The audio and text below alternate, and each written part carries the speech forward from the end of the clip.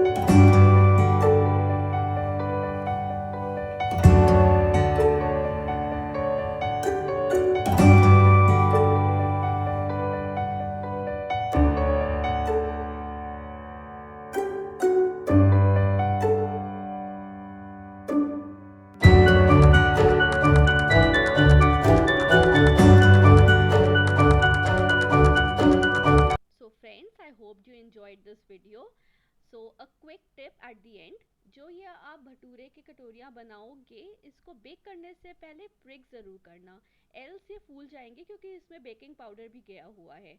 और दूसरी चीज़, इनको बहुत देर तक मत बेक करना, एल्स ये बहुत क्रिस्पी हो जाएंगे और ये जो छोले हैं ये बाइट लेने पे गिरेंगे, so we don't want that to happen.